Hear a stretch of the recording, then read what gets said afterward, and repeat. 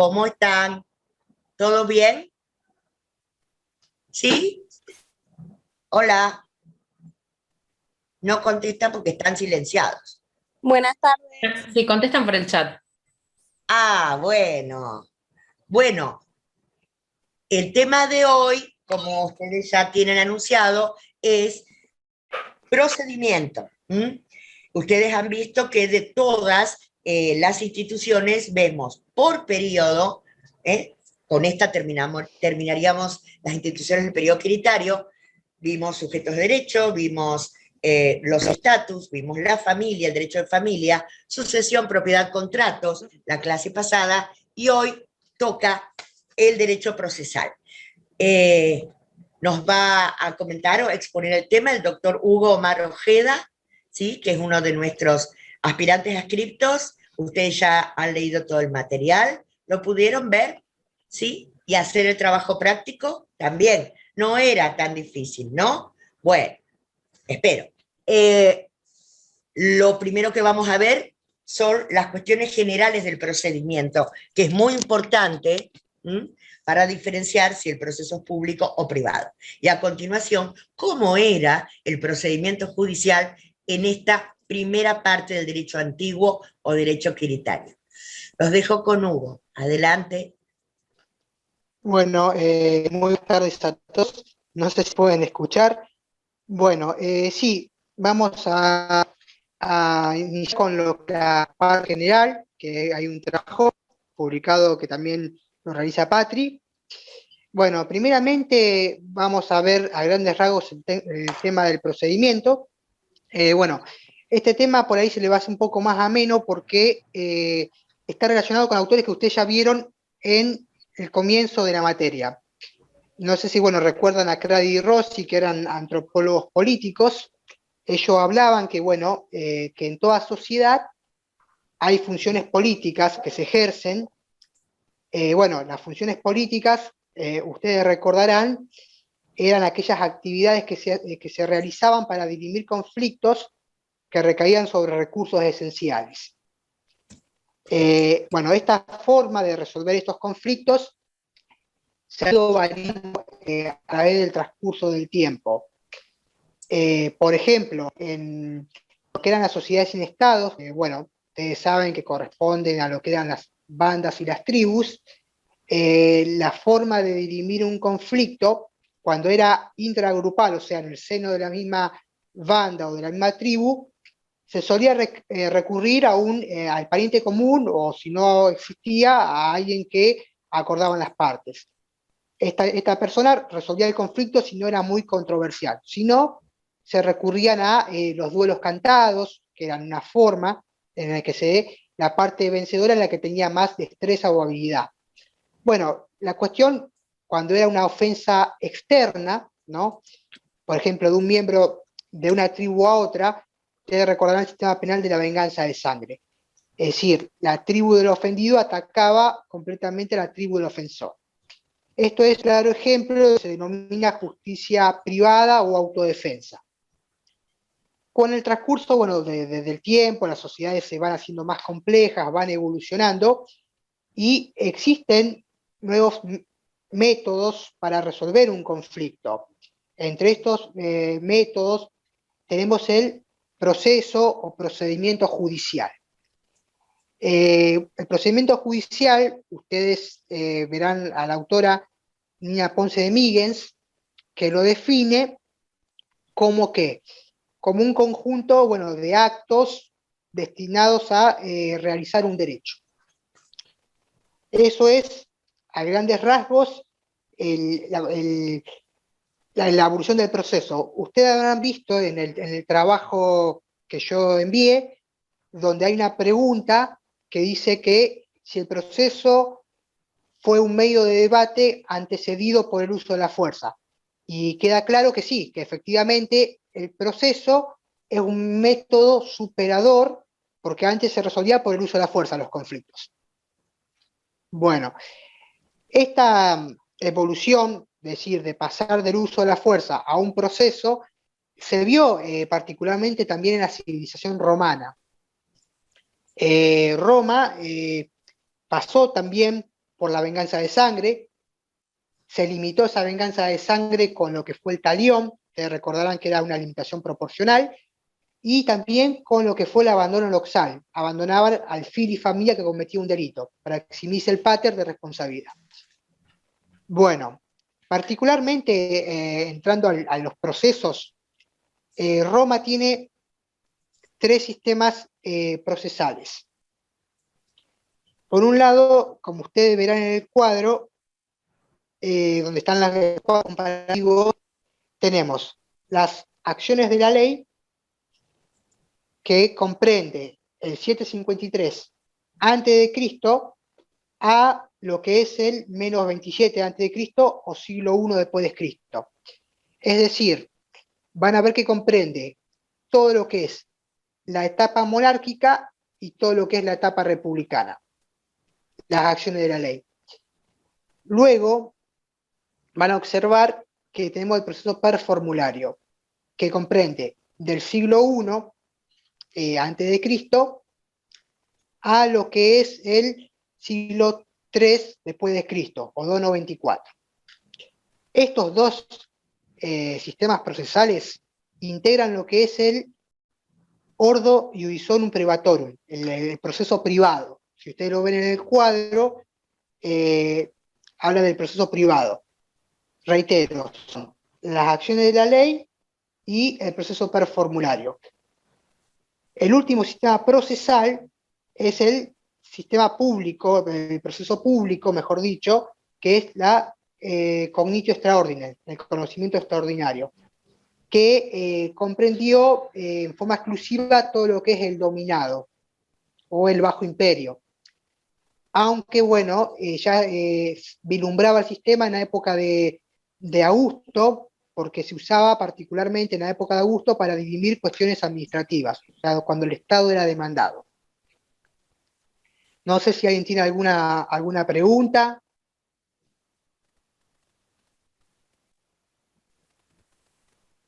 Si alguien me escucha para alguna pregunta.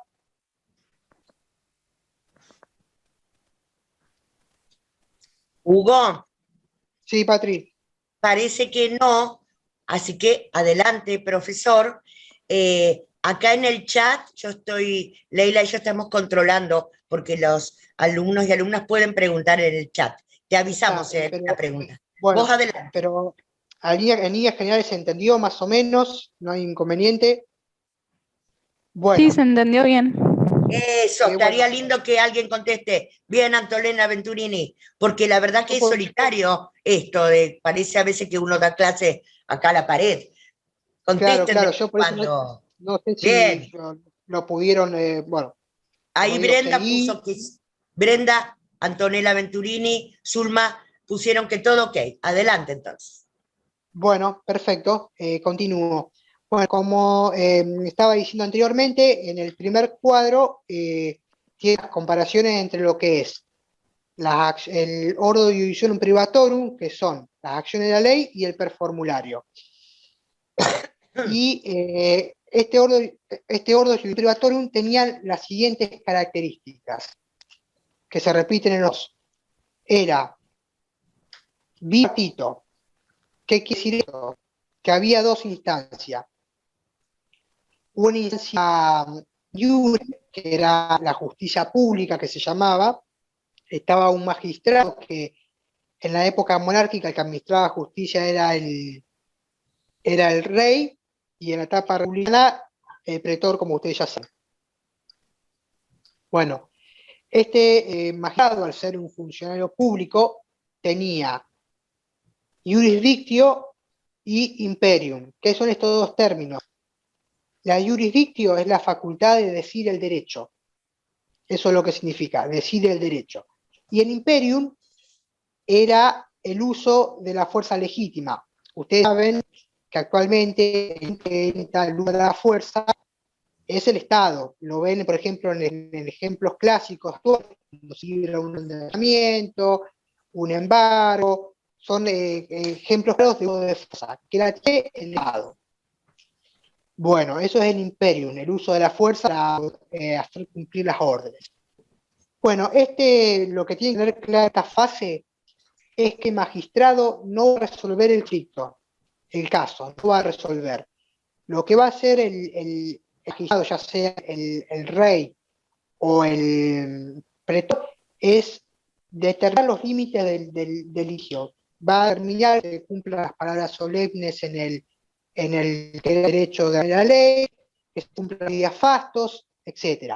Y va a asignar, obviamente, a aquel juez privado que eligieron las partes, que este juez privado es el que finalmente va a resolver el caso, no es la fase in iure, que en realidad era el pretor o, el comienzo, reitero, el rey. No sé si tienen alguna duda. No, yo lo escucho muy como distorsionado, no sé si seré yo a lo mejor. Escucho la voz. Hola, buenas tardes. A mí también me pasa exactamente lo mismo. Eso que yo estoy usando el celular, con la computadora. No sé si está por eso. Voy a arreglar que, por si hay dudas. El proceso del privado, bipartito. ¿Qué quiere decir esto? Que hay dos instancias. Una instancia pública que hace ante un magistrado, que en la época de la monarquía era el rey y con la época republicana el pretor. Este magistrado no va a resolver el caso, solo lo que va a hacer es controlar que se cumpla con los requisitos de las acciones de la ley y va a designar juez privado propuesto por las partes, que este sí es el que va a resolver el caso. Este juez privado está en la fase in judicio o injudicando. Ahí se lo van a escribir por chat porque es un término latín. La fase es in judicio o injudicando. Este juez privado, que en realidad era un árbitro, es el que va a resolver el caso. Va a resolver el caso y va a emitir una sentencia. Pero esa sentencia no la va a poder ejecutar porque no es funcionario público, no tiene imperium. Eso es algo importante. No puede hacer cumplir sus decisiones. Bueno, luego, algo que me olvidé, que el tránsito de la fase in iure a la fase injudicando se denomina traba de la litis. Ustedes lo van a encontrar con una frase latina que es litis contestatio, que es eso, traba de la litis. Bueno, esa es una característica, bipartito. Después, otra característica es que tiene naturaleza mixta. ¿Qué quiere decir esto? Se desprende de lo anterior, que hay una justicia pública y una justicia privada. Eso es de naturaleza mixta. Luego van a encontrar que la sentencia no la van a poder revisar o apelar. Bueno, todos sabrán, porque lo escuchan a diario, que se apelan las sentencias, ya sea civiles o penales, en lo que es nuestro derecho procesal actual. Es un recurso para revisar algo que un juez emitió, para ver si está correcto a derecho, pero acá no existe la apelación. ¿Por qué? Porque como lo eligieron de común acuerdo las partes al juez, no lo pueden impugnar después. Y de otra característica muy importante. Hugo, sí. Perdón, doctor. Acá Zulma está preguntando por qué era bipartito. ¿Mm? ¿O le podés explicar nuevamente? Está en la guía de lectura. Bueno, a ver, perdón. O No, alguien, por ejemplo, Silvia, que está ahí, que dice que sí, Antonella, a lo mejor ellos pueden explicarle a la compañera. Como Zulma. quiera, yo no tengo inconveniente. Si quieren explicarle o le explico yo, no tengo problema, padre. Bueno, explícale vos, dale Hugo, otra vez. Bueno, sí, reitero, era bipartito porque hay dos instancias. Una que era la fase in iure, que era la justicia pública. En esa justicia pública ustedes van a tener, en un momento tenían al rey, que era el que administraba justicia, porque estaba en la época monárquica. Con la época republicana, el que ocupa la función jurisdiccional era el pretor. Esa es la fase in iure, la cual, reitero, no resuelve el conflicto, sino que va a controlar que se cumplan los requisitos, las solemnidades, va a fijar los límites de la controversia y designar al juez que es el que va a resolver finalmente el caso. Este juez, que en realidad es un árbitro, es el que está en la fase in judicio, que es la otra, que es la justicia privada. No sé si se entendió. Zulma.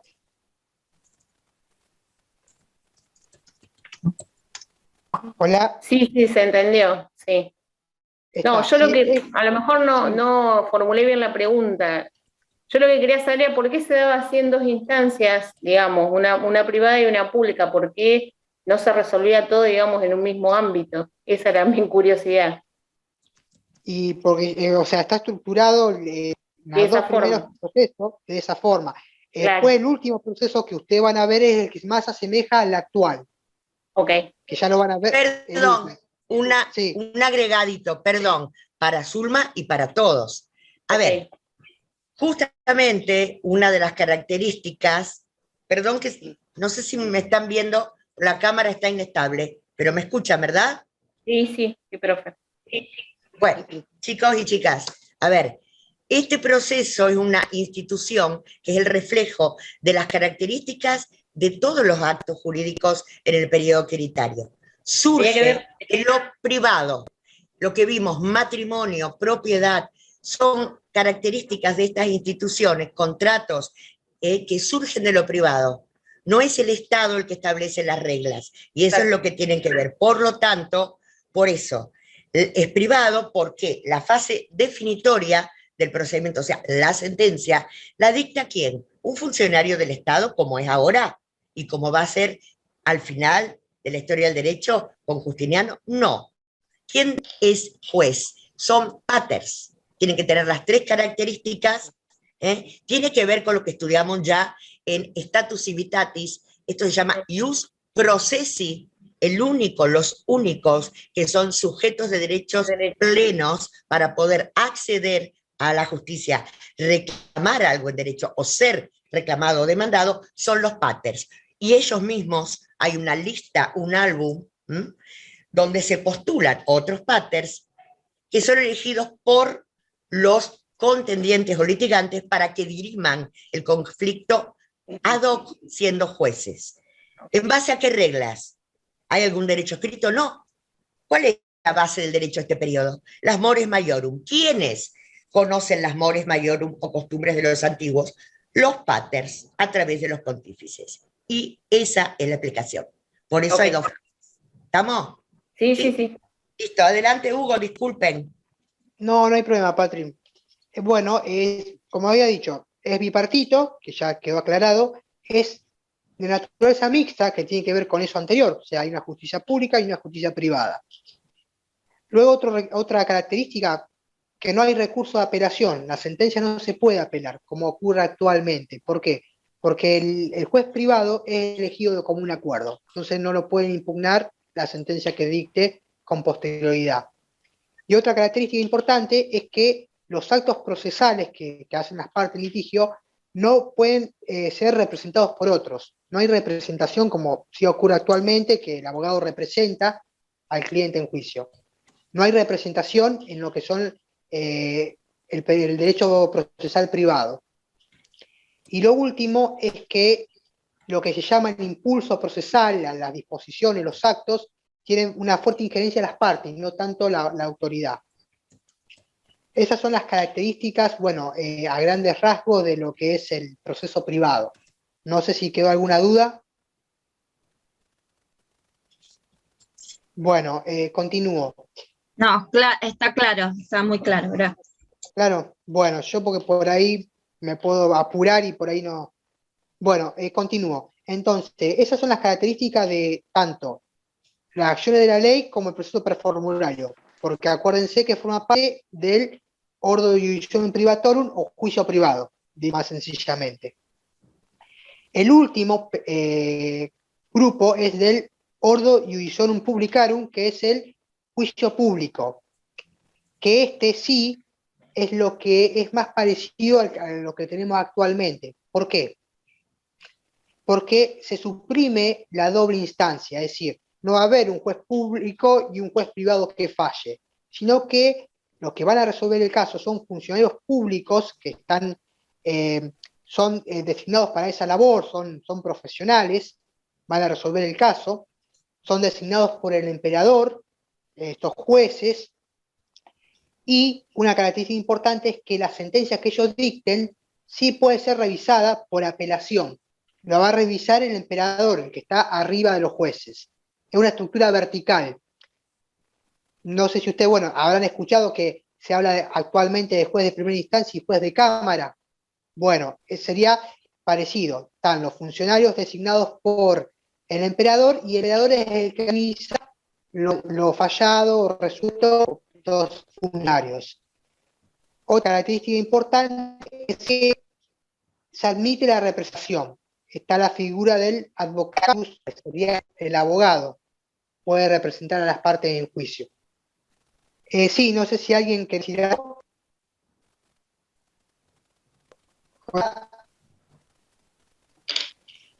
Bueno, básicamente esas serían las características de lo que es el proceso público, que es el último proceso que vamos a ver en la época imperial. Patri, no sé si querés agregar algo. Sí, sí. A ver, eso significa estas dos instancias. La parte que hace el pretor no es dictar sentencia ni juzgar. Muchos de los alumnos se confunden cuando llega la hora del examen y dice, ¿cuáles eran las funciones del pretor? Era un juez. No, señor. Solamente está en la etapa in iure. La etapa in iure significa estar a derecho. Y hoy en día, cuando ustedes sean abogados, estar a derecho es cumplir con los recaudos formales, el escrito tiene que ser de una determinada manera, se presenta en un determinado día. Esos recaudos formales trasladados a la Roma antigua, donde en este momento era todo oral, el pretor, los pretores revisan si el diafasto, si las palabras que dicen y las gesticulaciones están acorde al tipo de procedimiento que quieren. Si no es así, no pasa en esta fase formal, con lo cual no se habilita la litis contestatio y menos a la etapa injudicando o injudicio. ¿Se entiende? Quien juzga es este juez privado, que es un particular y por eso no es el pretor, sino sería un proceso público porque es un magistrado del Estado. Quien dicta sentencia es el particular. ¿Listo? Eso es todo. Adelante, Hugo. Perfecto. Bueno, estos serían a grandes rasgos el procedimiento en términos generales.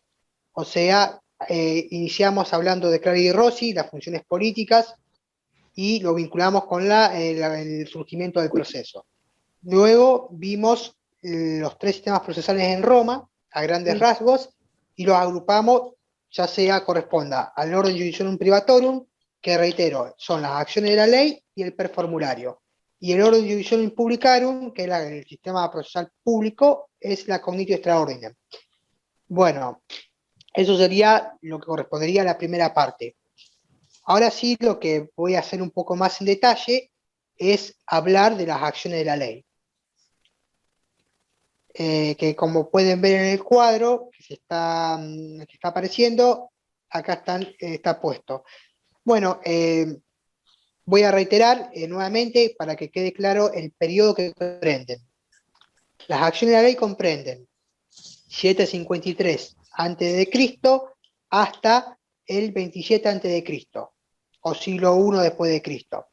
Es decir, que comprende toda la monarquía y finales de la República.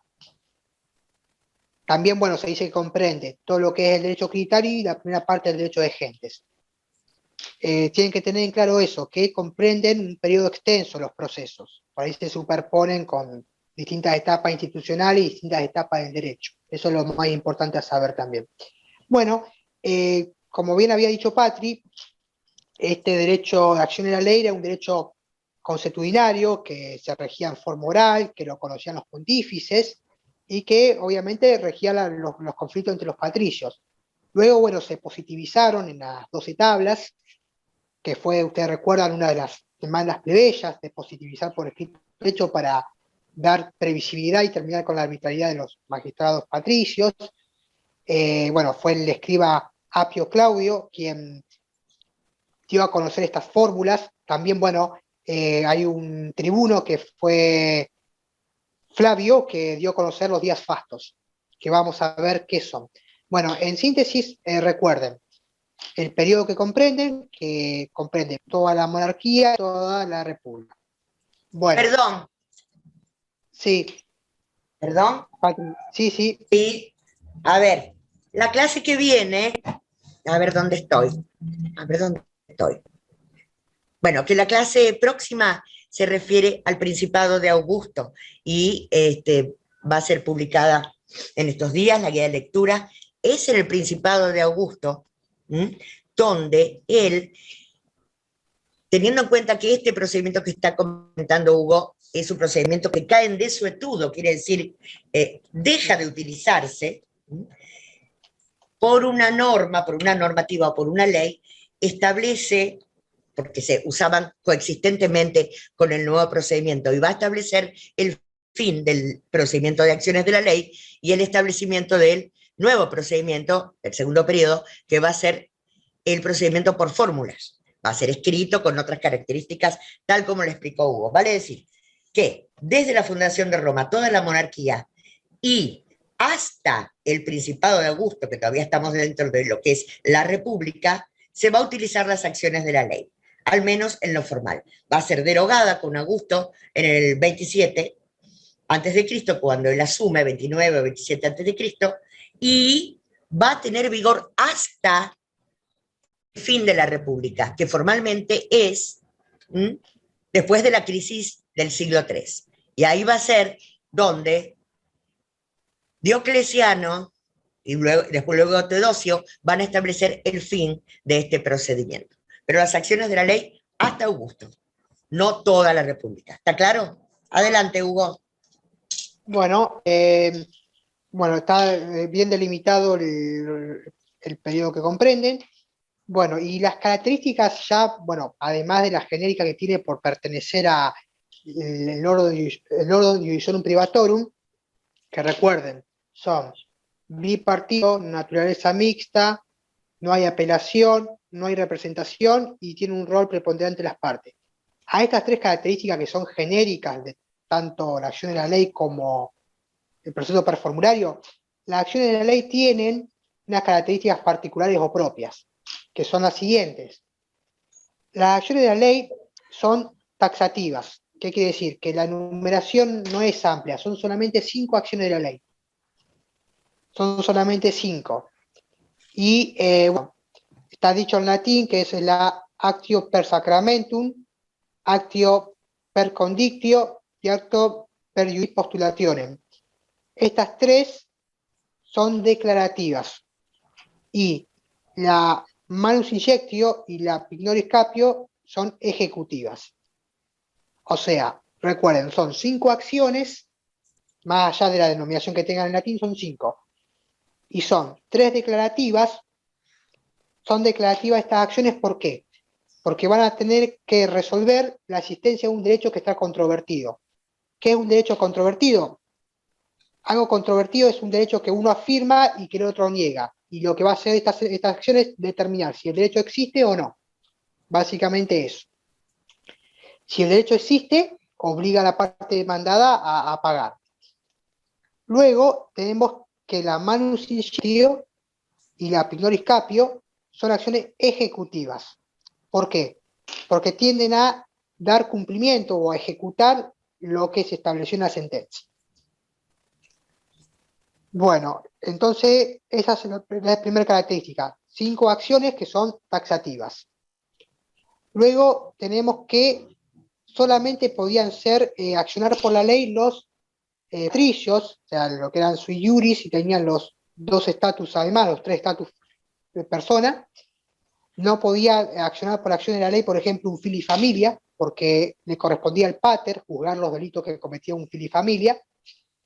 Luego, otra característica importante es que la palabra en el proceso era una palabra hablada, era la oralidad.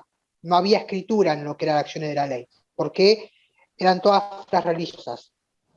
Y después, otra característica, que es la más importante, es el ritualismo solemne, es decir, que se tenían que usar determinadas palabras y gestos en determinados días para que la acción sea válida. Si no se cumplía con eso, la acción era nula, no tenía validez. Estos días eran llamados días fastos, es decir, un día propicio para realizar la acción. Sería lo que actualmente se entienden por días hábiles, por ejemplo. Y lo último es que era un proceso donde había teatralidad, es decir, las partes simulaban una contienda, trabarse en una lucha. Esas eran las características propias de la ley. Bueno, y no sé, ¿hasta ahí se entendió? ¿O alguna duda? Sí, se entendió. Lo que yo quiero es cuando habla de, que hay una pregunta de que dice de los días nefastos. ¿Quiénes?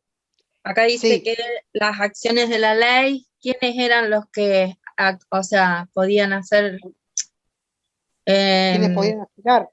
Claro, ¿qué Solamente el acciones? patrón. Sí, disculpe, que no la escucho. Hola. Sí, sí, ¿quién podría quiénes eran los que podían accionar en los días nefastos?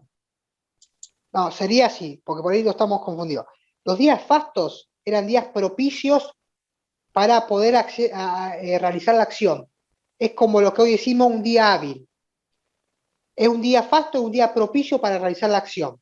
Sí, sí, eso está bien, pero los no fastos. O sea, los nefastos eran los contrarios, eran los días que no eran propicios para realizar una acción de la ley. Es eso. El día fasto, el día propicio, y el nefasto era el contrario. Pero acá dice que en el no fasto había una acción. ¿Quiénes eran los que Sí, bueno, acción? la pignoris capio que se podía realizar en días que no eran hábiles. Por eso se cuestionaba la acción ejecutiva si podía ser una acción de la ley. Es eso básicamente lo que usted me está preguntando. Porque sí, en la última pregunta se refiere, no sé si es la última, del formulario. Porque hay una que trae lugar a duda porque se podía hacer en días nefastos, es decir, en días no propicios, que era la pignoris capio, que era una acción ejecutiva. Básicamente es eso. Y Sí, que está algunos bien. las cuestionaban de si era realmente una acción de la ley. Es en realidad una discusión de autores, porque algunos decían como se realizaba en días que no eran propicios, algunos tenían como no era una acción de la ley. Básicamente eso era la duda que se planteaba ahí por algunos autores. Y sí, por eso, nefastos y nefastos, lo que significan. Y pues no sé cuál era la otra pregunta, ¿quiénes podían accionar por la ley? Era la otra pregunta, que acuérdense que eran solamente los paters los que podían accionar por la ley, no el fin y familia, por ejemplo. No sé si hay alguna otra duda. ¿Alguna No, otra? no. Perfecto. Bueno, entonces, bueno, continúo. Esas son las características, acuérdense, propias de las acciones de la ley, además de las genéricas que tiene por pertenecer al proceso privado. Bueno, después lo que vamos a ver en detalle es básicamente cómo son la fase nuevamente, la fase in iure y la fase in judicio o in judicando. En la fase in iure, como habíamos dicho, apenas iniciamos la clase, es ante un magistrado que podía ser, en un inicio, mejor dicho, el rey y durante la magistratura republicana el pretor. Este funcionario simplemente constataba que se cumplan con las formalidades que exigía la acción de la ley, los gestos, los días fastos, etc. Luego estaba lo que era lo más importante, un acto que era la injus vocatio. La injus vocatio es lo que hoy actualmente sería un comparendo o una citación a estar a derecho. El actor lo que hacía era desafiarlo a que se presente ante el magistrado. Eso es lo que tienen que acordarse. El ius vocatio es lo que hoy sería un comparendo, un llamamiento a estar a derecho. Lo desafiaba para que se presente al magistrado y si éste no se rehusaba a ir, podía aprenderlo en presencia de testigos e incluso, bueno, si no tenía medios o estaba enfermo, debía proporcionarle los medios para poder presentarse ante el magistrado. Cuando el demandado estaba ante el magistrado, que era lo ideal, porque recién acá va a comenzar a desarrollarse el proceso.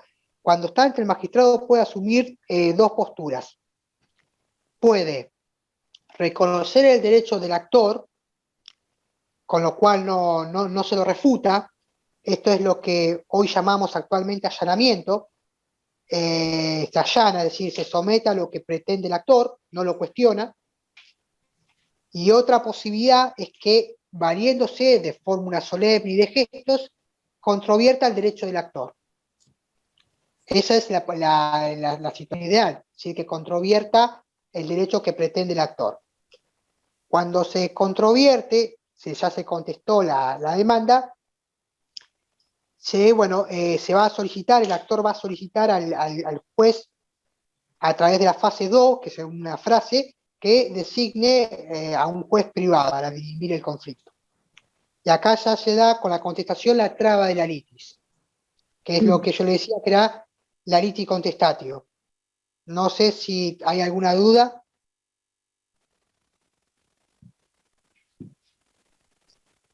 ¿Algún inconveniente? No sé si se entendió o si vuelvo a repetir algo.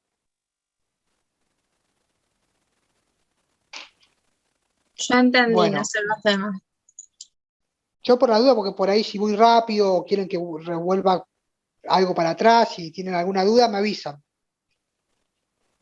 Bueno, entonces, la fase pública termina con una vez que se contesta la demanda y se designa a este juez privado, que en realidad era un árbitro, porque era un particular en definitiva que resolvía en la cuestión, el conflicto. Luego las partes, ya en la fase iudicando, tenían que comparecer ante este juez privado. En el término de 3 días tenían que comparecer. ¿Qué podía ocurrir?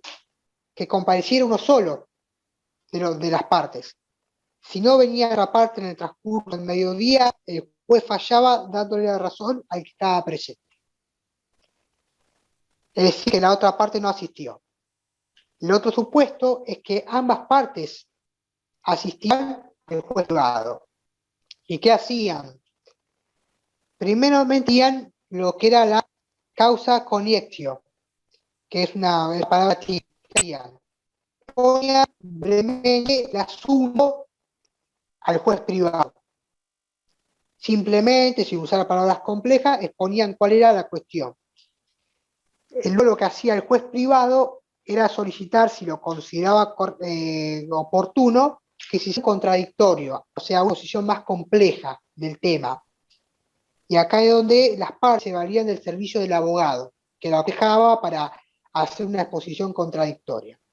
Luego de todo esto, ya el juez privado fallaba basándose en las pruebas que ofrecieron, juramento, etc. Y fallaba pudiendo condenar a una persona, podía condenarlo a pagar una multa, si era una injuria leve, podía condenarlo a pagar con la ley del talión, o sea, por una injuria grave, o podía absolver también. Básicamente eso es lo que podía hacer un juez privado. No sé si se entendió. ¿Ahí? ¿Alguna duda? ¿Se entendió bien? ¿Se entendió bien? Bueno, cualquier cosa vuelven a repreguntar. Eso sería básicamente lo que hace el juez privado. Reitero, comparecen hasta entre el juez privado, que sería lo ideal, porque ahí exponen cada uno su asunto de forma muy sencilla. El juez, si lo considera necesario, le va a pedir una exposición más desarrollada, contradictoria, se dice, y ahí es donde interviene el servicio del abogado, que lo auxilia con las partes. Después, el juez va a fallar, tomado del verso del testimonial, el juramento, y puede fallar condenando o absolviendo. Eso será la labor del juez privado.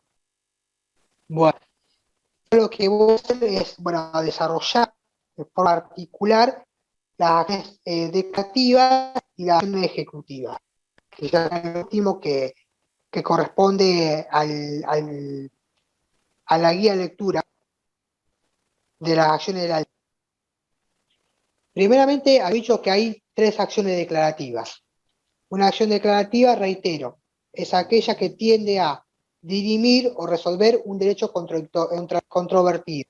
Es decir, un derecho que está firmado por una parte y dado por la otra. Se puede resolver que existía el derecho o que no existía derecho alguno. Si existía derecho alguno, el juez condenaba a la otra parte a pagar. Bueno, estas acciones declarativas son 3.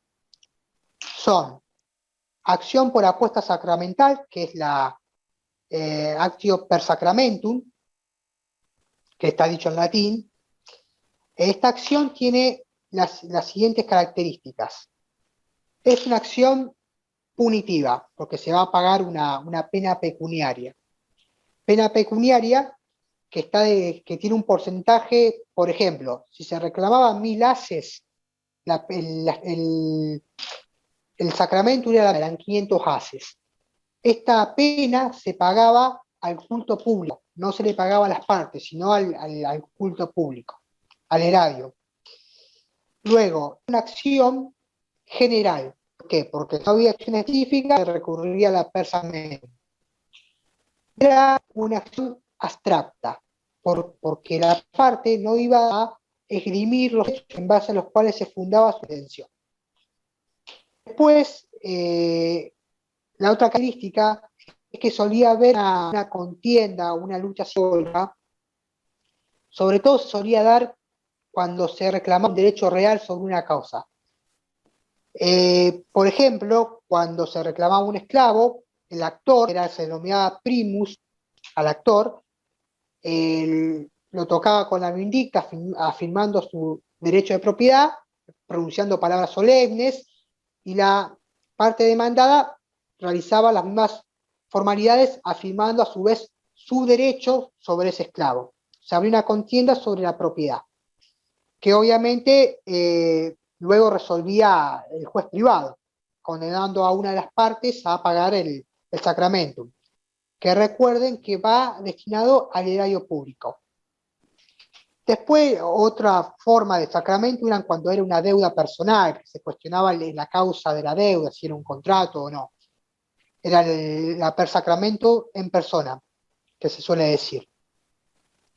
Bueno, después tenemos otra acción, que es la acción per iudicis postulationem, que era una acción en la que básicamente se perseguía, o mejor dicho, se tendía a que se designe un juez particular.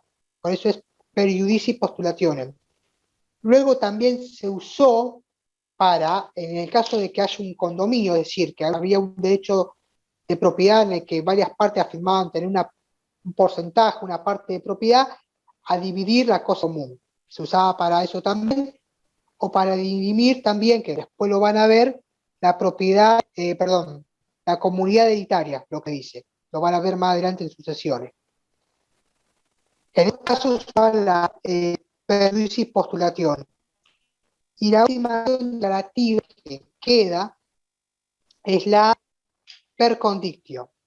Hasta ahí me están siguiendo, no sé si hay alguna duda. Hola, ¿hay alguna duda? Se escucha muy entrecortado. Sí, debe ser, mira, estoy con el celular porque tengo un problema en la computadora. No sé si será el celular o el auricular. ¿Me escuchan un poco mejor? Puede ser la conexión de Wi-Fi, Hugo. Hola, O puede ser el auricular también. Perdón. Puede ser el auricular. Trata de no moverte, porque a veces sí, conecta mal con el celular y ahí hace ruido. Sí, yo no estoy moviendo, ¿me escuchan un poco mejor? Más. No. Bueno, como decía, ya expuse la per sacramentum, que recuerden, la pena pecuniaria se destinaba al erario, al culto público. En cambio, la per iudicis postulationem perseguía la decisión de un juez. Y se usó luego también para dividir propiedad común, la comunidad también hereditaria en sucesiones. La última acción que me queda es la per condictio. Se usaba para reclamar una suma de dinero o una cantidad de cosas ciertas, básicamente. ¿Qué hacía? El actor citaba al deudor, le decía que le debía tanta cantidad de dinero y le pedía que lo afirme y que lo niegue. Si lo negaba, lo emplazaba, o sea, le daba un plazo para que en 30 días se presentara ante el juez para resolver la cuestión. Eso es la per condictio, es decir, se emplaza al deudor a que comparezca ante un juez, atento a que negó la deuda. Bueno, esas tres son las tres acciones declarativas. Y algo que me olvidaba, muy importante, en la per condictio, la parte que perdía, le tenía que pagar una pena pecuniaria a la parte que ganaba, a diferencia del sacramentum, donde la suma de dinero se la quedaba el erario público. Eso es una diferencia importante. Y lo último que me resta es dar las dos acciones ejecutivas, que son no sé si alguien quiere agregar algo. Bueno, continúo. Las dos acciones ejecutivas son manus injectio y pignoris capio. Voy a arrancar por la pignoris capio, que implicaba que el acreedor tomaba bienes del deudor como forma de garantizarse el cumplimiento de aquello adeudado, de aquello que era adeudado, es decir, hasta tanto cumpla con la prestación a la que se había obligado. Hay muchas discusiones sobre la pignoris capio, porque bueno, algunos no la consideran una acción de la ley. ¿Por qué? Porque podía realizarse extrajudicialmente, es decir, en ausencia de un pretor, y también podía realizarse en días nefastos, es decir, en días no propicios para ejecutar una acción de la ley. Esta acción de pignoris capio se da sobre los bienes del deudor, que recuerden, el acreedor se lo toma como garantía hasta tanto cumpla con lo que se había comprometido el deudor. Bueno, y la última acción que me queda es la manus injectio, que en algún momento ustedes, bueno, la habrán sentido nombrar, y estuvo vinculado con el tema de la esclavitud por deudas, que se abolió, como ustedes saben, con la ley Poetelia Papiria, en el 326 a.C. ¿Por qué digo que está vinculado? En Roma, como el heredium era inmune, o sea, no se podía agredir, el deudor respondía con su cuerpo, básicamente, ante su acreedor. El acreedor, si el deudor no pagaba en el término de 30 días su deuda, lo llevaba ante el pretor, y si allí no había un garante, un fiador, que se dice vindex, el magistrado lo declaraba adictus, y por el término de 60 días, este deudor era encarcelado por su acreedor, quien lo alentaba y lo daba 3 veces al fondo, en 3 oportunidades. Y ya era su deuda abundante, podía, más allá del Tíber, del Moscavo, o eran los acreedores se repartían el cuerpo. O sea, hay que recordar que por eso en Roma el vínculo era personal, el deudor con su libertad. Bueno, luego abolió con la ley de la esclavitud deuda, y en Roma ya se pasó a hablar de la responsabilidad patrimonial u objetiva por deuda, como es hoy actualmente. Nadie responde con su libertad, sino con sus bienes cuando incumple una deuda. No sé si alguien quiere agregar algo más o decir algo. Adri, Patri. Ahí en el chat Zulma está diciendo de que se escuchó mal. Sí, lo último que dijiste no se escuchó.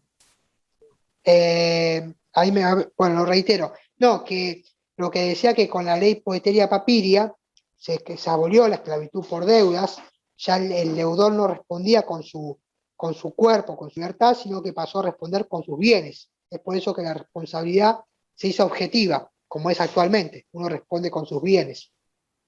No sé si se escuchó.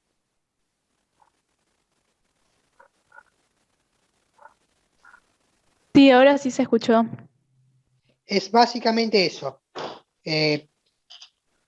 Bueno, Adri y Patri, no sé si ustedes quieren agregar algo más.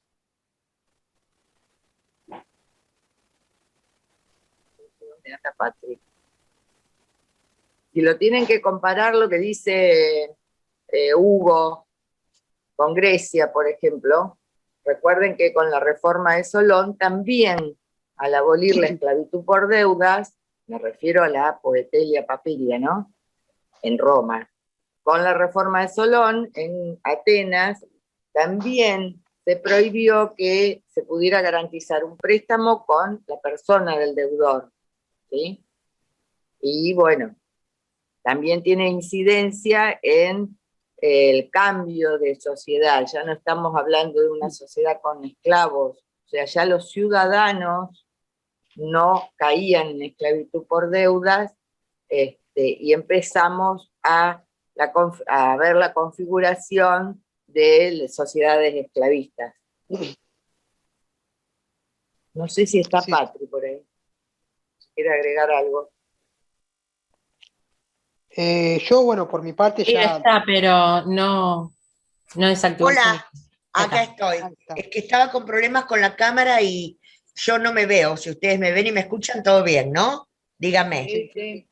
Bueno, sí, para todos, este es un tema que no es difícil, pero, a ver, es la parte formal, un proceso, un procedimiento. Cuando ustedes estudien, digamos, procesal civil, procesal penal, van a ver que el derecho procesal se trata de un derecho de forma para poder reclamar en justicia todos los demás derechos, o sea, los que hacen a propiedad, lo que hacen a lo civil, ¿se entiende eso? Y no sé por qué, tal vez porque, bueno, todavía no han cursado ni procesal civil ni penal, pero hay pasos, un método a seguir.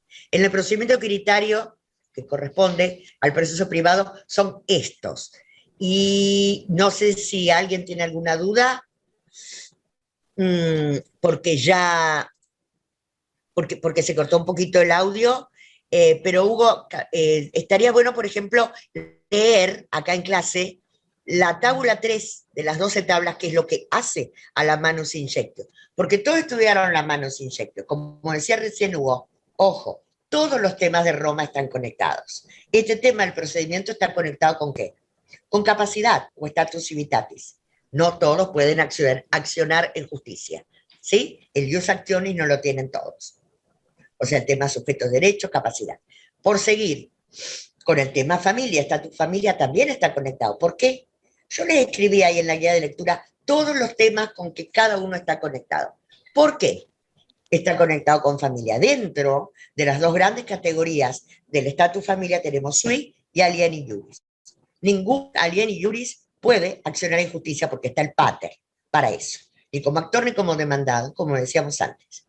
A contrario sensu, un fili familia tampoco puede ser sujeto de derecho procesal. Vale decir, si ustedes leyeron y están al tanto de todos los temas anteriores, cuando comete un delito, por ejemplo, un fili familia, el pater es el juez supremo al interior de la gens.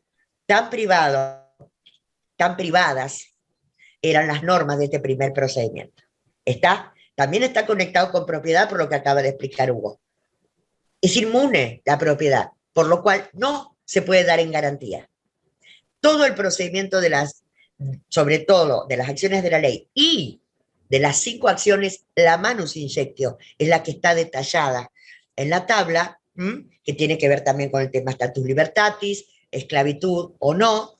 La podemos leer, Hugo, ¿qué te parece? Sí, Patri, yo no la alguien leo. Que la tenga a la mano.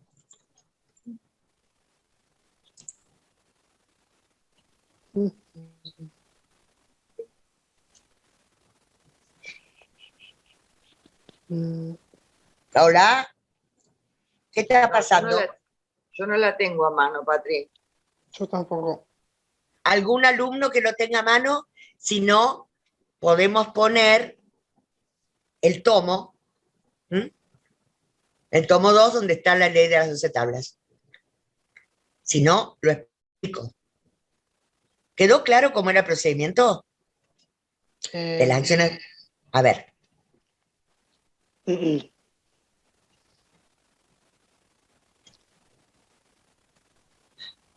Patri, sí, yo lo expliqué, al menos salvo que lo vuelva a explicar, lo expliqué, lo terminé dando lo último. Voy a buscar el tomo. Dale. Bueno, de nuevo, a ver, Hugo, para ver si les quedó claro que hay tiempos pautados. El proceso de las acciones de la ley dura 90 días, ni uno más ni uno menos. Está pautado, hay un rigorismo jurídico para esto, un rigorismo formal para los procedimientos. Sí, bueno, yo lo que particularmente con la mano indirectio es que si el deudor, bueno, tras haber pasado, por ejemplo, la percondicio, cuando se le reclama una suma de dinero, es vencido, se reconoce deudor, tiene 30 días para pagar esa deuda que ha asumido. Si no la paga, el acreedor lo lleva ante el magistrado, es decir, el pretor, quien, bueno, si no hay un fiador que asuma su deuda, lo declara dictus. Luego, tiene a partir de allí, comienza a correr un plazo de 60 días en el que el acreedor lo lleva a su casa, lo encarcela, lo alimenta y lo lleva 3 veces al foro para que puedan asumir esa deuda. Se presenta un fiador, un garante, que se decía bis. Si no había fiador o garante, pasados esas oportunidades, podía el acreedor transcribir más el ver, vender como esclavo, si eran varios acreedores, proceder a, bueno, se repartían el cuerpo. Eso es lo que se figura cuando son varios acreedores. Patri. Sí. Patri. Hola. Hola. ¿Me escuchan? Sí, te escuchamos.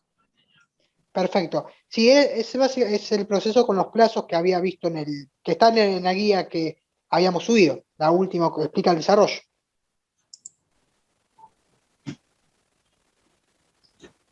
No sé si querés agregar algo más. Bueno, sí.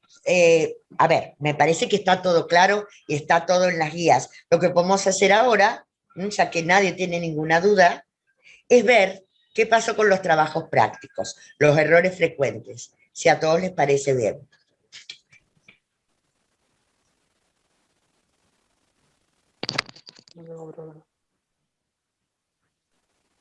Para que Leila pueda compartir pantalla.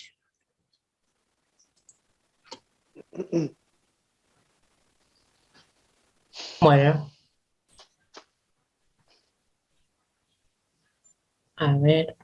Bueno, lo voy compartiendo mientras tanto. ¿Lo ven? Sí. Sí. Ahí está el porcentaje. Esta era la respuesta correcta. Ahí hay en el chat. No puedo ver. Perfecto. A ver, acá han habido muchos errores en esta. ¿La ves, Patri? Sí. Esta que seleccioné. Y había otra que te había dicho que habían varios errores que ahora no la encuentro. Esta.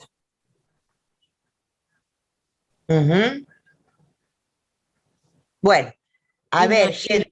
Dos. ¿Qué más? Perdón, ¿qué más? No, esas dos eran a grandes rasgos las que más se equivocaron. Bueno, son cuestiones que tienen que ver está todo en las guías de lecturas. Pregunto, ¿quieren que expliquemos esto de nuevo? ¿Por qué se equivocaron? A ver, ¿no pudieron leer el texto de la guía antes? ¿Qué pasó?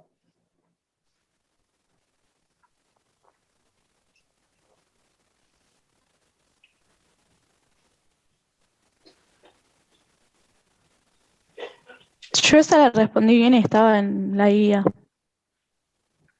Todo está en la guía, las respuestas a todas las consignas de los trabajos prácticos. Recuerden eso, no tienen que indagar por otro lado. Todo está en la guía o en el material que les asignamos para leer sobre cada tema. O sea, ¿qué pudo haber pasado? ¿No lo leyeron a eso? ¿Necesitan que se los expliquemos de nuevo? Cuenten.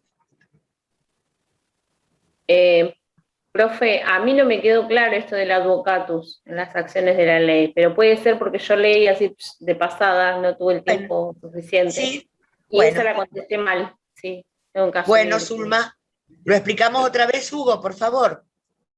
¿Lo puedes explicar? Sí, sí. Sí, como regla general en las acciones de la ley, no hay representación, es decir, una parte no puede evocar cuando realiza un acto procesal en nombre de otro. Por eso, el advocatus, que era un auxiliar, ¿no? Que aconsejaba a las partes, pero no había representación, no actuaba en nombre de tal persona. No hay representación en las acciones de la ley, ni tampoco en el per formulario, como regla general. Es por eso. Donde ya se admite la representación es en el último proceso, que es en el de justicia pública, que es en el de conditio extraordinario. Ahí sí tienen representación. Pero en lo que es el proceso privado, recuerden que no se admite la representación, como regla general. Ok, gracias. O sea, tal vez podamos poner, no sé si es posible, si está a mano, la guía de lectura, la primera, donde habla de las características generales, lo primero que explicó Hugo, porque ahí está la respuesta. Adri, ¿encontraste el texto para Sí. leer? Bueno, Acá está. a ver, ¿o querés leerlo? Mientras, Sí, dale, escuchen lo todos. leo. Mientras, a ver si Tábula Reila 3. Está encuentra. en el tomo 2 al final. Les digo para que se La ubiquen. página 506. En la página, 506. Tabula 3. Sí. en el tomo 2. Sí. Lo estoy teniendo. Acá lo tengo. Hago vivo. Sí, 506. No dice número de página acá. Bien. Ah, bueno. Dice, tábula 3. Una vez confesada una deuda de dinero o juzgado un proceso legítimo que tenga un plazo legal de 30 días, inmediatamente que esté allí manus injectio, que le conduzca al tribunal. Si no ejecuta la sentencia o si ninguno le sale como garante en el tribunal, que el acreedor lo conduzca con él, lo ate con una cuerda o con cadenas de un peso máximo de 15 libras, menos si así lo quiere. Si lo quiere, que él viva a su gusto. Si él vive a su gusto, que aquel que lo ha encadenado le dé 1 libra de trigo por día, si lo quiere, que le dé más. Sin embargo, existía todavía el derecho de arreglar amistosamente. A falta de arreglo, el deudor era retenido encadenado durante 60 días.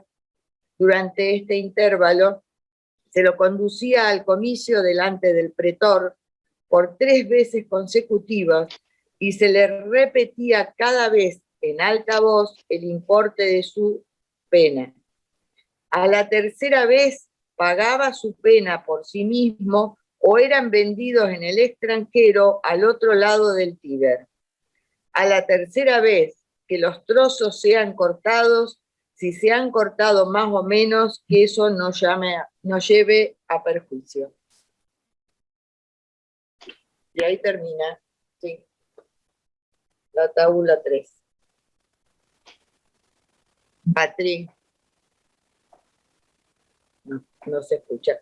Vean que en el caso de que no pagara su deuda, se lo vendía Trans-Tíber. ¿Por qué es eso? El Tíber era el límite de la ciudad de Roma y un ciudadano romano no podía ser vendido como esclavo dentro de los límites de Roma. Entonces, se lo vendía como esclavo, era pasando el Tíber, ¿sí? El río Tíber, que está actualmente en Roma, por supuesto. bueno. ¿Alguna pregunta? Ah, perdón. Ah, no, perdón. No, si alguien quería preguntar de algo de lo que leí.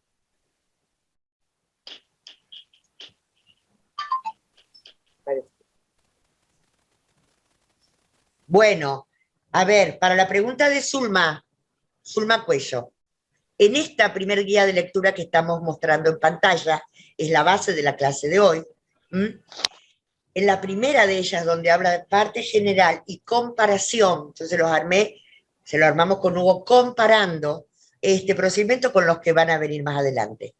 Las características del proceso privado.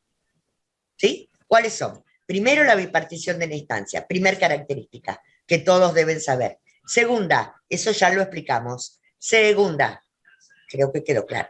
Ahí está. Elección del juez. Toda esta explicación que es un particular. No cobra sueldo, por eso el proceso es privado, es elegido por las partes, porque se supone que va a ser no arbitrario, sino que va a ser justo y equitativo con la sentencia, y por eso no tienen apelación, porque no es un juez que lo elige el Estado, es un juez privado. Lo han elegido las partes porque saben de su ecuanimidad. ¿Sí? Bajamos. Tercer característica. Esto es lo que estabas preguntando, Zulma, mirá. Ahí. Ausencia de representación. Cuando hablamos de representación, estamos hablando de justamente lo que ustedes están estudiando en esta carrera para ser abogados, ¿sí? La principal función del abogado o advocatus, como es la denominación en Roma, es representar ¿a quiénes? A los litigantes, tanto al actor como al abogado. Pero lo que ustedes tienen que saber es que en el primer tipo de procedimiento, en la Roma más antigua, no es que no existieran los abogados, sino simplemente que no podían ser partes en el proceso. Son auxiliares del proceso. ¿Cómo se es parte? ¿Cómo un abogado es parte en el proceso? Cuando ustedes se reciban de abogados, va a llegar una persona a su estudio, le va a decir, tengo este problema, ¿y qué dice uno como abogado? Inmediatamente, hay que suscribir el poder, me tiene que firmar el poder. Entonces, eso es la representación. Van los abogados, ya en la época de Justiniano se admite que formen parte del proceso, y van ellos como representantes, presentan las demandas, contestan las demandas. En el Roma antiguo no era así. ¿Existían los abogados? Sí, pero no con el rol de parte en el proceso. ¿Qué hacían los abogados? Asesoraban, asistían, les daban consejos. En este periodo tan antiguo, ¿cuáles eran los consejos?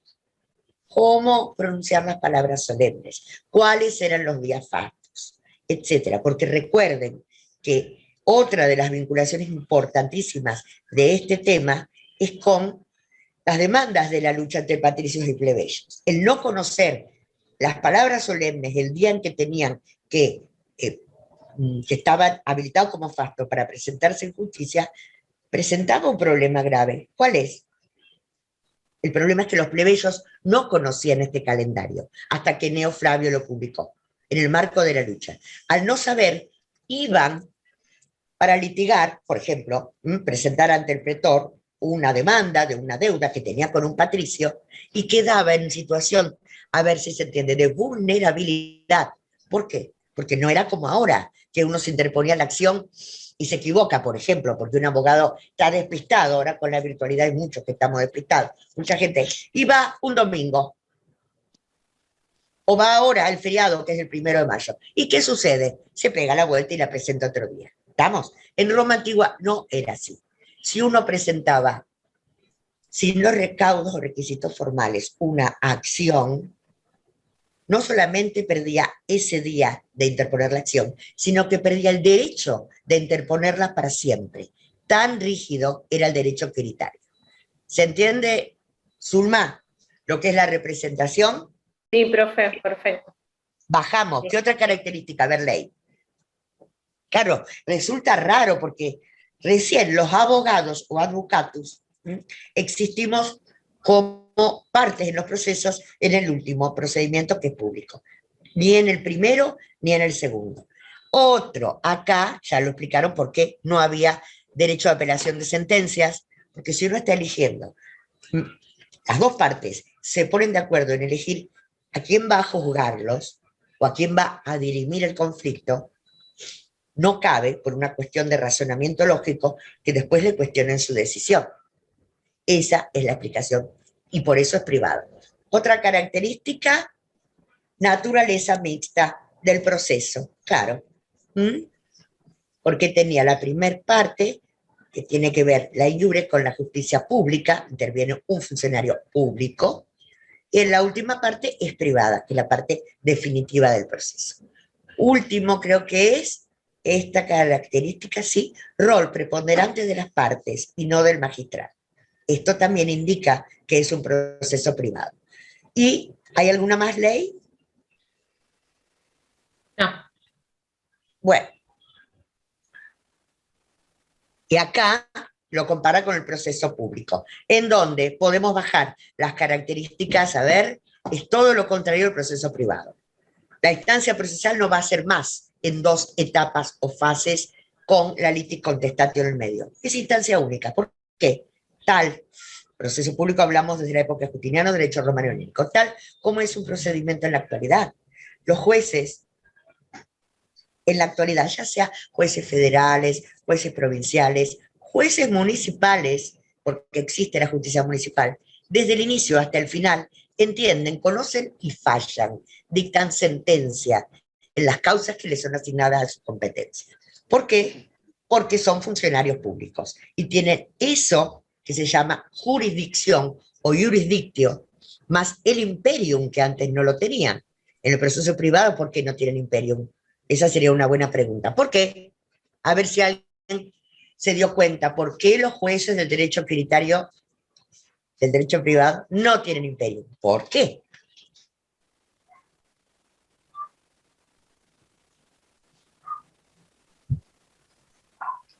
¿No hay respuesta? ¿Estaba a cargo del emperador eso, profe? ¿En el proceso privado? No había emperador, Zulma, en el proceso privado. Cuando hablamos de proceso, a ver, para ubicarnos con la historia, lo que estamos dando hoy es diferenciar dentro de las etapas de la historia del derecho, hay 3, periodo equitario, derecho de gentes y derecho romano helénico. Sí. Hay 3 tipos de procedimientos. Sí, sí. El de las acciones de la ley, que corresponde al criterio y un poco más, hasta el 27 a.C., que ya estamos en el derecho de gentes. ¿Sí? A partir de Augusto empieza a regir otro tipo de procedimiento que abarca la última parte del derecho de gentes y de la República hasta la crisis del siglo III. Y ahí se instaura como vigente el tercer tipo de procedimiento. Recién en el tercero podemos hablar de un emperador, Zulma. Ok, sí, me confundí yo. Bueno, perdón. entonces, volvemos a la pregunta. Volvemos.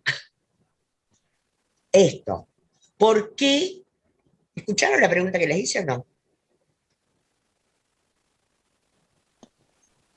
Porque no tenía imperium los jueces del primero y del segundo periodo. ¿Por qué? No podían ser válidas para ejercerlas, compeler al deudor a cumplir su sentencia con la fuerza. Como hoy cualquier juez, cuando uno no cumple con una deuda, el abogado va y le dice remate al mismo juez. ¿Por qué en este periodo no? A ver quién puede contestar.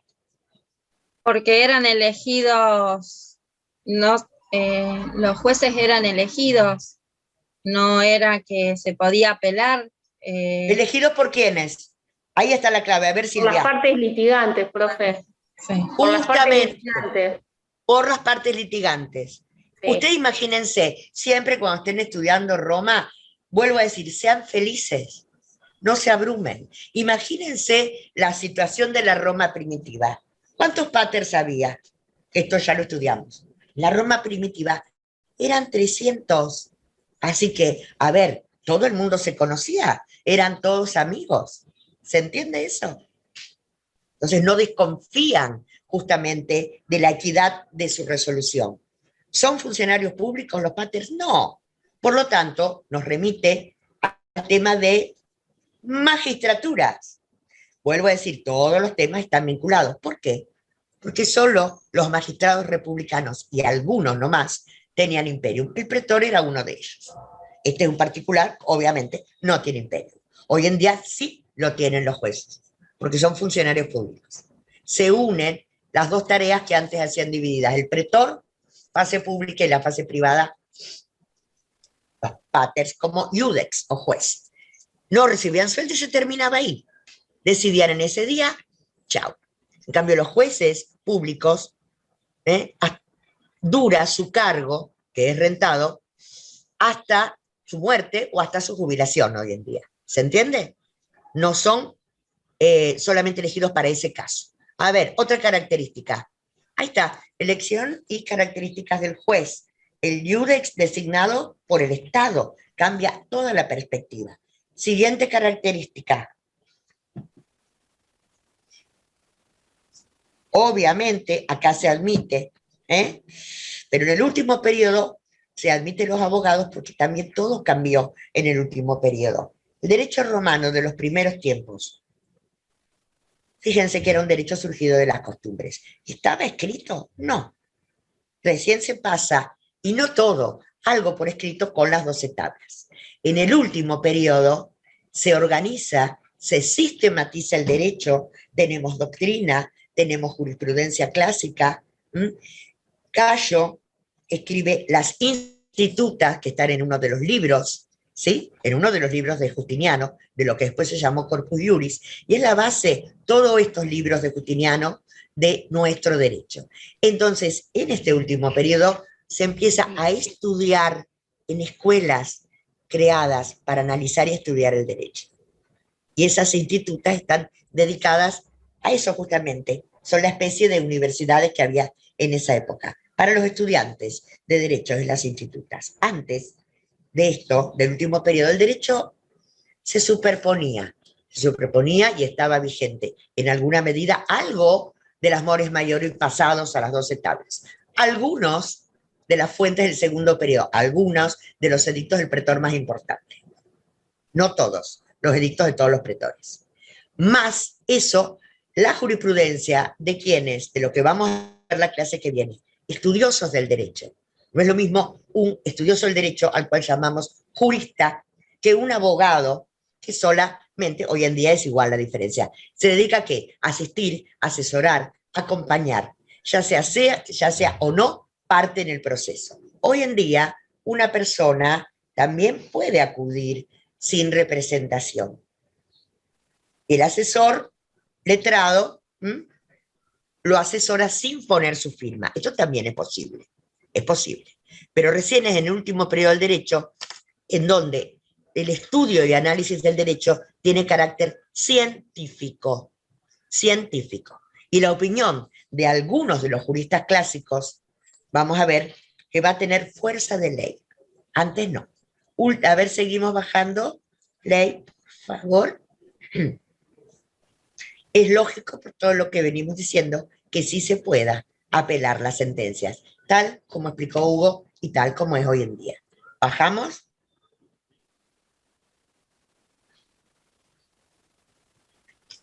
Hoy en día, el que pierde en su reclamo, ya sea el actor o demandado, tiene que pagar los gastos del juicio. ¿Por qué? Porque son gastos públicos, generan el movimiento de la administración pública. Hoy en día, a ver, empleados de mesa de entradas, empleados de archivos, porque hay sentencias y expedientes físicos, ¿sí? Secretarios, jueces, etcétera. Ahora con la virtualidad debe tener más personal, supongo, los técnicos, ¿para qué? Porque ahora todas las sentencias, además de lo físico, están pasadas a vía digital. Bajamos, ley. Y antes no había, era privado. Y el rol preponderante del Estado, que fija las pautas. ¿Se entendió?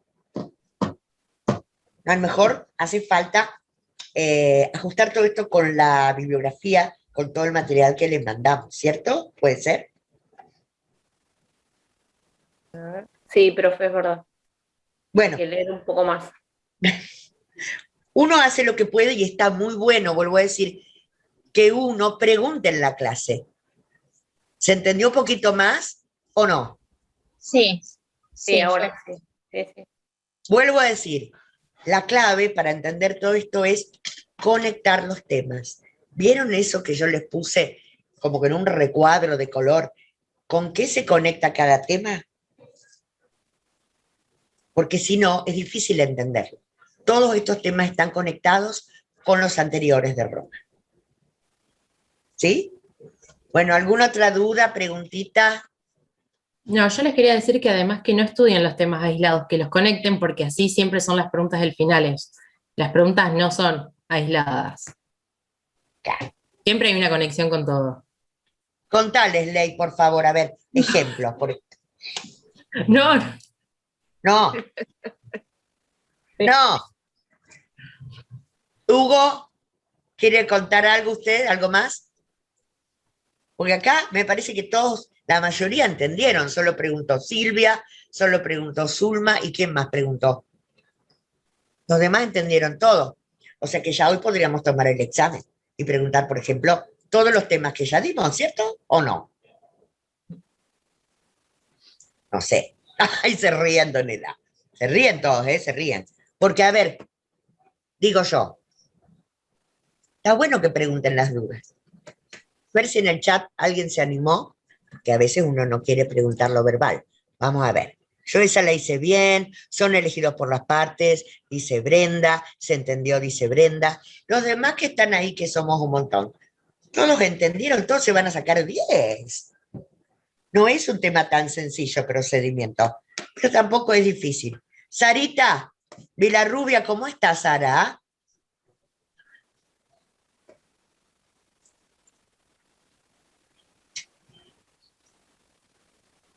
cállense. A ver.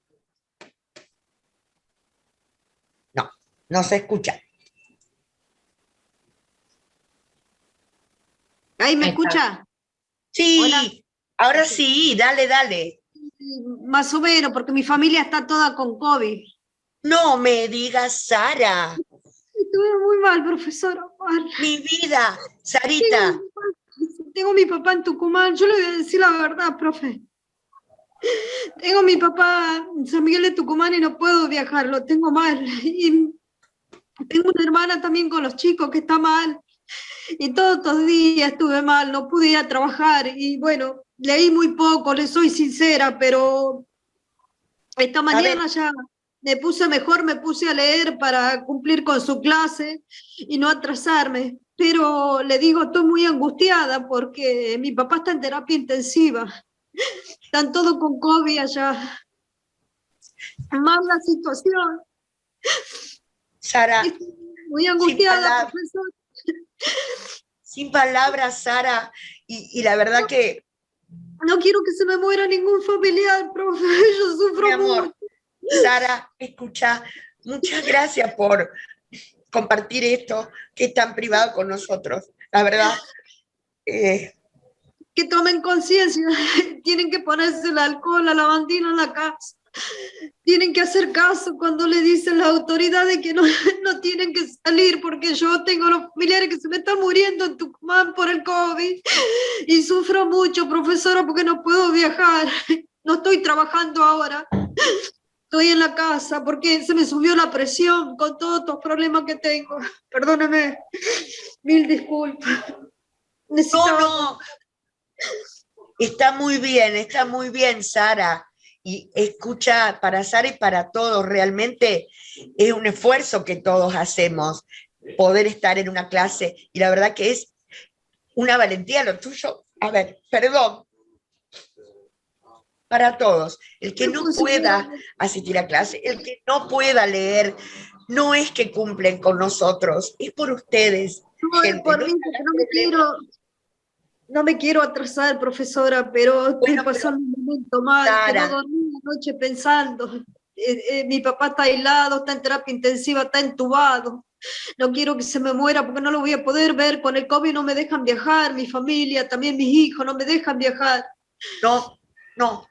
Sara, si te hace bien, estamos para apoyarte, leer las clases, pero hoy en día, a ver, todos estamos mal con alguna cosa que otra. Los docentes también nos atraviesa esto y todos tenemos algún amigo, algún conocido, ni hablar de familiares tan cercanos.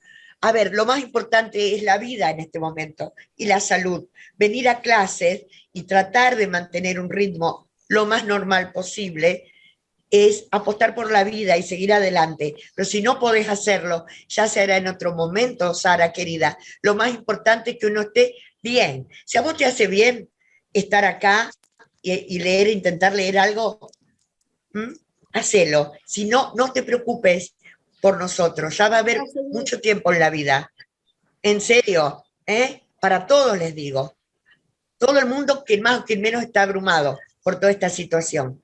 El acompañamiento pedagógico virtual es para ir orientándonos entre todos y que en la medida de lo que puedan ustedes tengan un seguimiento con todo esto, ¿sí?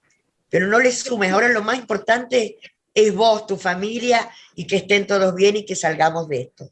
Que todo el país salgamos de esto. Que el mundo salga de esto. ¿O no? Gracias. Sí, además, de mandarle saludos a Sara como compañera acá de comisión y fuerzas para que pueda sobrellevar este momento. Felicitarla por, como vos bien decías, Patricia, la valentía de ella de poder contar, de poder decir, y eso es poder sacarse una mochila también. El Tal compartir, el contar, la va a ayudar a ella, que bueno, hoy, después a lo mejor de la clase, cambie un poco su ánimo, ¿no? Porque pudo compartir y pudo decir. Gracias, discúlpeme por interrumpirle la clase, pero lo tenía que contar, pues estoy muy angustiada. No, al contrario, te apoyo. Al contrario, No pasa Sara. nada. Al contrario. Yo no Sí, perdón, pero también tiene razón, hay que concientizar, porque uno ve muchas cosas como que lo toman a risa y no concientiza lo que es la gravedad de lo que es esta pandemia.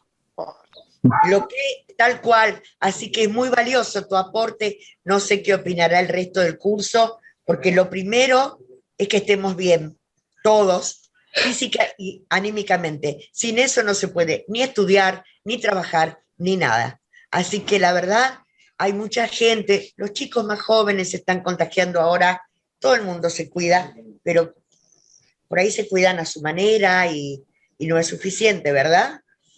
Y es lo que vos decís, Sara, uno que es más grande por ahí toma más conciencia, pero están abarrotadas las camas, está bueno que usemos este espacio también para hablar de eso. Saben que no hay más camas, chicas y chicos, y saben que no hay más oxígeno. ¿Lo escucharon eso? Y todos saben también que los médicos están colapsados, que no dan más. O sea que todos tendríamos que ayudar. Por ejemplo, si alguien, no sé, se quiebra una pierna, por decir un ejemplo, no hay camas para que los traten. Entonces es una tarea de todos, por favor, de todos. Porque están abiertas, bueno, los negocios, la economía, pero no es para reunirse o irrespetar. Hay que cuidarse uno y cuidar al otro. Si no, no paramos más esto. Perdón el discurso, yo también pedí disculpas, pero a ver, ¿o no?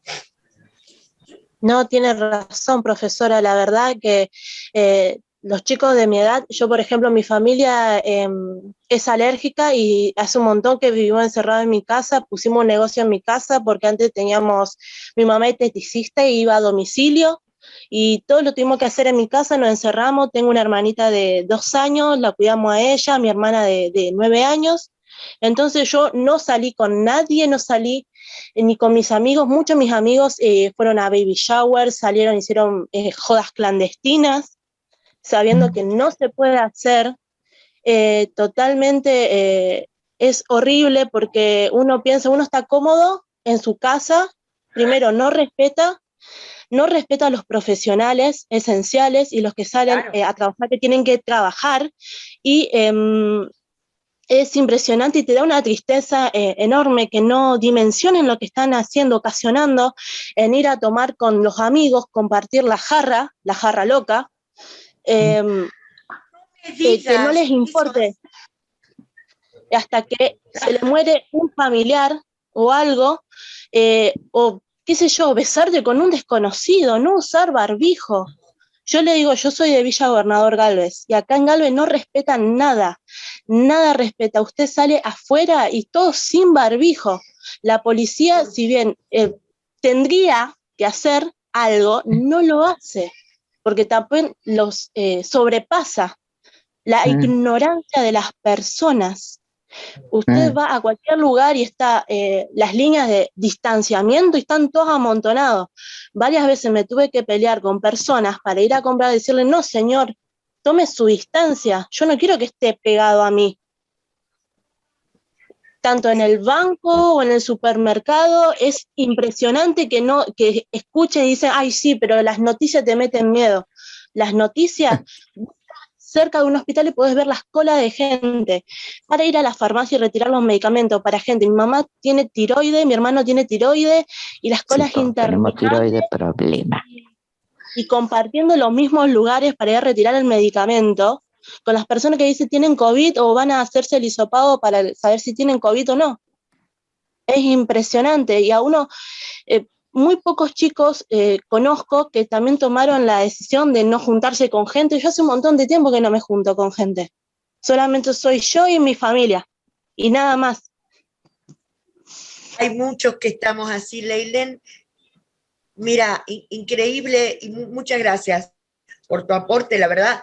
Todos tendrían que tomar conciencia de esto. Hay pocas personas que a lo mejor se pueden quedar en su casa y hacer trabajo remoto y causa mucha angustia ver que los que obligatoriamente tienen que salir a trabajar, estuvo desde el día cero claro eso, el mensaje de nuestro gobierno, de todos los gobiernos. Se abrían las cuestiones de trabajo y las cuestiones económicas con respeto al protocolo y con algunas salidas cuidadas, pero la gente, como vos bien decís, creo que es eso, las noticias te meten miedo, entonces ¿qué hace la gente? Las ignora. Y dice, bueno, si fui a trabajar, si el otro va a trabajar, bueno, voy. No, la verdad, es angustiante para todos, realmente.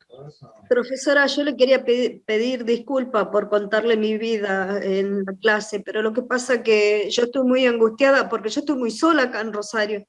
Y estoy angustiada porque mi familia toda tiene, mis hermanos, mi papá, todos están con COVID. Y mi papá y uno de mis hermanos está en terapia intensiva, está mal, porque no están con respirador. Imagínense la angustia mía, yo me pasé llorando toda la noche. Porque primero que no puedo viajar a verlo y segunda que si se me mueren, ¿qué hago? Sara, es terrible para mí. ¿Con quién estás acá, Sara, vos? ¿Con quién estás?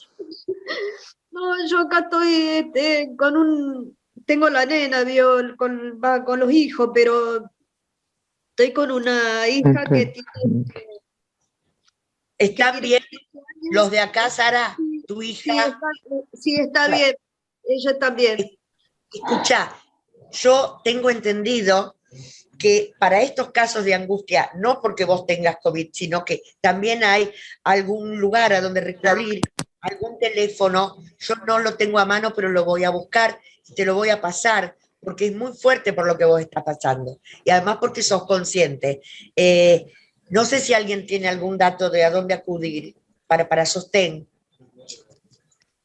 porque uno necesita una apoyatura psicológica, la verdad, con todo esto.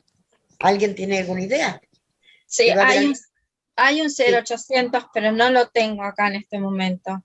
Voy a ver si, yo que mañana voy a la escuela, a ver si se lo puedo conseguir. A ver, acá me están ayudando, me dice mi marido que hay un 0800, lo pongo acá. Lo está buscando una alumna. Antonella, ¿puede ser? Ah, sí. Puso ahí en el chat que lo estaba buscando. Gracias. Sí, Silvia. estoy tratando de buscarlo. Sí. Gracias, profesora, si me lo pueden pasar por WhatsApp al número, entonces yo lo llamo y le cuento lo que me está pasando como para que me alivien un poco, porque le digo la verdad, yo sufro mucho, porque yo amo a mi familia de Tucumán y ahora le pasa esto, imagínense. Sí, ahí lo pongo yo también, ahora lo encontré. A ver, gracias, ¿dónde profesora? Sara, no. Bien contarlo porque... Está bien hablarlo y sacarlo de adentro, porque te hace mal. Está muy bien, pero acá es posible que te den, seguro, son profesionales que están para esto, pero eso no quita que puedas comentarlo, todas las veces que necesites acá. Ahí va, 0800.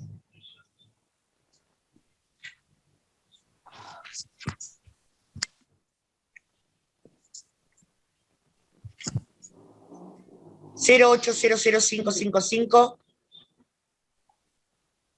Sí, ya lo noté. 6549.